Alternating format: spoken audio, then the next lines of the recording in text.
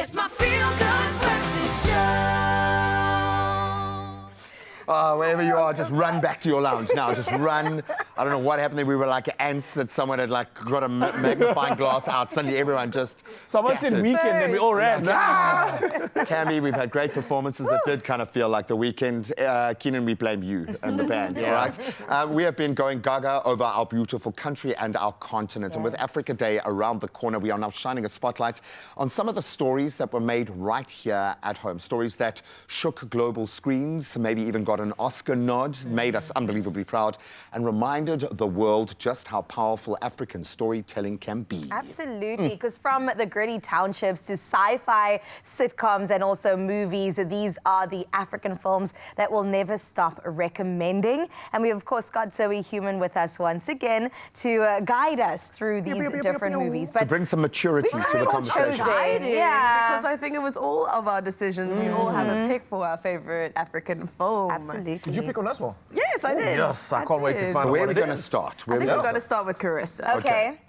You're not saving the best for last. We're starting with the best. Let's get into it. All right, my movie is Four Corners. Bruh. When I watched that movie, I don't think I was ready. From the beginning all the way to the end, I think I cried, I was angry, I was in it. It felt like my family was being represented on screen. But before we get into it, let's watch a little clip on it. Oh, I'm excited. Mr. King.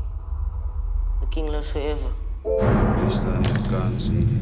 I'm letting him go. Chief, Mike. Ik word zelfs in die vier hoeken nou zeer. Oh. Ag, in die 6ste territorie.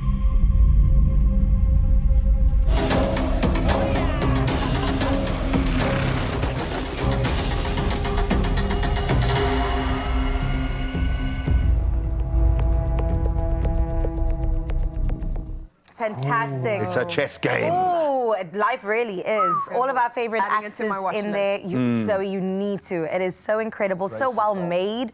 But yes, brace Little bit yourself. traumatizing. Exactly. I think many people, I mean, if you're from the community and from the areas, you're kind of aware of gangsterism and the plight of it in many of our culture. But when you see it on a screen and when you experience it in that way, it just becomes so real and so emotional. And then you realize that this is some people's lived reality. And I think that's a big reason why I chose my movie as well. So I chose Tsotsi. Oh, I think well you done. still spoke about it Yeah, I earlier mean, this week. it was the first benchmark for international kind of release for South African films, I think, yeah. No, 100%. Well, it is in fact our only Oscar-winning film for Best Foreign Film at the Academy Awards. So that's very cool. I mean, we've had 2 nominations in our history as a country. So I feel like I couldn't talk that about one got nominated for one too. a South African film without talking about Tsotsi. Absolutely. Yeah. I absolutely loved what it meant for South Yeah, African I mean, that one was fantastic. It got, like you were saying, nominated for Best Foreign Language Film at the 86th Academy Awards. So it just shows Are you saying that's the only Academy Award that we've won? Yes, for foreign film. Okay. No, it's very special, and it's also by, well, it was a novel written by Athol Fugard, and I'm a theatre nerd, so anything by Athol, I am, stamp of approval. But we can have a look at it if you guys would like to. Have you seen it, Ralph? No, I want to see No, this. no, you've got to add it to the list. All right. Sure. Cracker.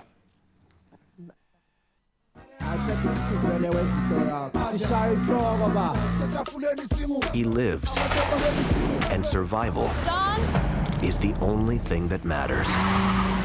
But in one moment, his life will be changed forever. The past he had forgotten will give him hope for a future he could never have imagined. Oh, okay, definitely adding this to the list, guys. This is proper. I don't know about that trailer that he The was American a man. boy.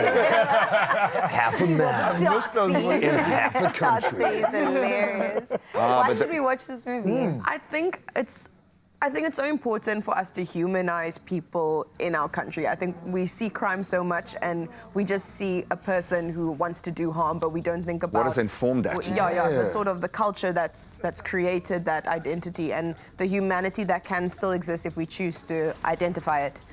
And that's a big reason. But I love it because we've got the drama here. If you want to create an action film, just point a camera out your window. I mean, South Africa has the action, has the matrix to create these incredible stories, but then you bring it back down to a beautiful, very personal journey of one man, of a baby, of what that means. And I love that when they flip the script, because it forces you to hold up a mirror and ask questions exactly like you say. I mean, it's a tightrope, right? Because I feel like I'm balancing right now between we're more than crime, like South Africa is far more than just these stories, but also but the these are the stories that we need to tell in order to move forward. So it is this. And it tells that story. It tells that story.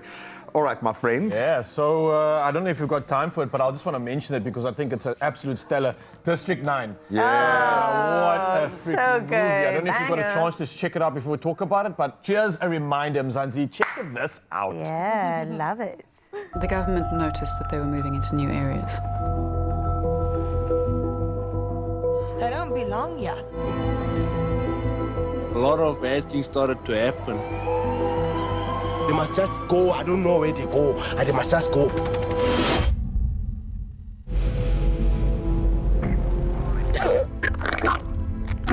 How do your weapons work?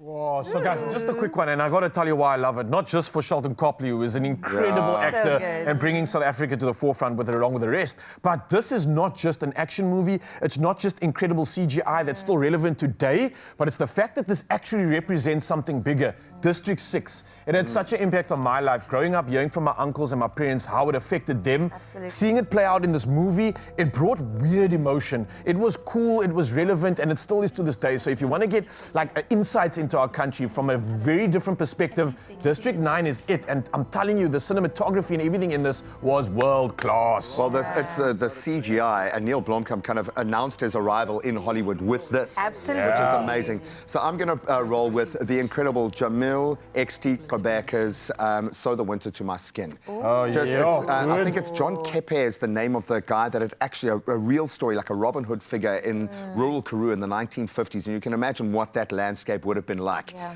And he would steal cattle predominantly and then redistribute amongst the poor. And this became like a national drama. But take a little look at this. Uh-oh.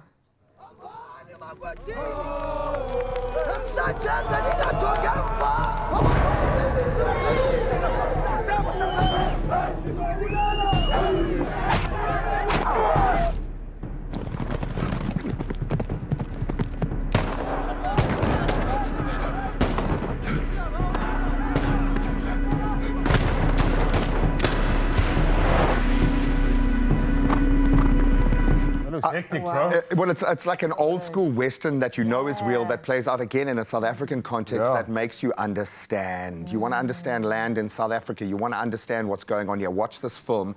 But what Jamil has done, he is without a doubt of my contemporaries, because we're about the same age and we started in the industry together. He is by far the best at what he does out of everybody that I've ever connected to in the industry. He honestly is in a class of his own. What Yellowbone are doing with Five Finger, with the Knuckle City, but it's just phenomenal how a South African entity has been able to just step in at the highest level of filmmaking. I really wish Trump actually watched some of these films before he met our president. It would have given him such great insight into the country. I also that's all he needed. Shout out to Layla Swatch, who was also part of this production, and she's also been doing incredible things in the film world. So yes, to more women dominating, but what an incredible selection of films. I think it's I've got fair some things to say, watch this weekend. Come on. Our weekends are going to be jam-packed with shining a light on Africa, South Africa. And speaking of our talent, we got to get into one of my favorites. Joseph and the Technicolor Dreamcoat. Here's one of the performances from it, and I can tell you right now, you're going to sing along.